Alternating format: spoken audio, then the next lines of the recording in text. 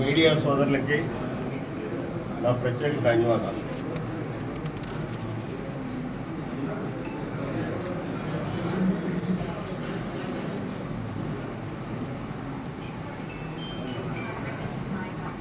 ఈ రాష్ట్రంలో ఒక పారదర్శకతో వ్యవహరించే ప్రభుత్వం ఏర్పడ్డది అని చెప్పడానికి నేను చాలా గర్వపడుతున్నాను.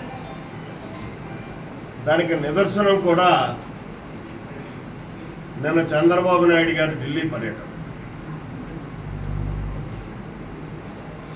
ఆయన ప్రధానమంత్రి దగ్గర నుంచి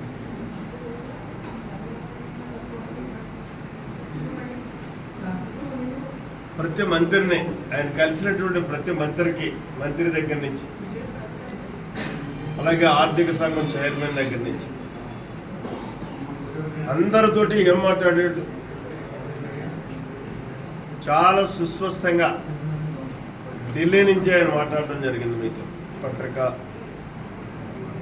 తెలియజేయడం జరిగింది, ఎక్కడ లాభార్గం లేకుండా.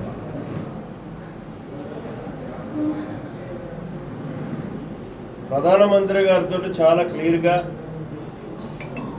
ఆయన 7 అంశాలని ప్రస్తావించినటువంటి సందర్భం. మొట్టమొదటిదే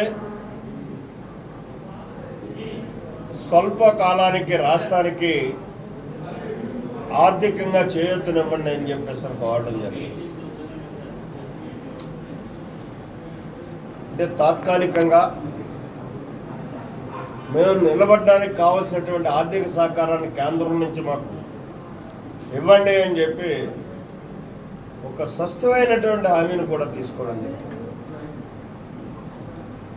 అలాగే పోలవరం ప్రాజెక్టు నిర్మాణం గురించి పునఃప్రారంభానికి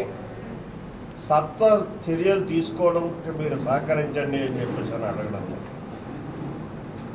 పోలవరం మీద ఏ రకంగా ఆయన ముఖ్యమంత్రిగా ప్రమాణ స్వీకారం చేసిన దగ్గర నుంచి ఎంత బాధ్యతాయుతంగా వ్యవహరిస్తున్నాడో మీ అందరికీ తెలుసు. అలాగే మూడవది అమరావతి రాజధానికి మౌలిక సదుపాయాలు ఏర్పాటు చేసుకోవడానికి రాజధానికి పూర్తి స్థాయిలో నిధులు ఇవ్వండి అని చెప్పేసి అభ్యర్థించడం జరిగింది.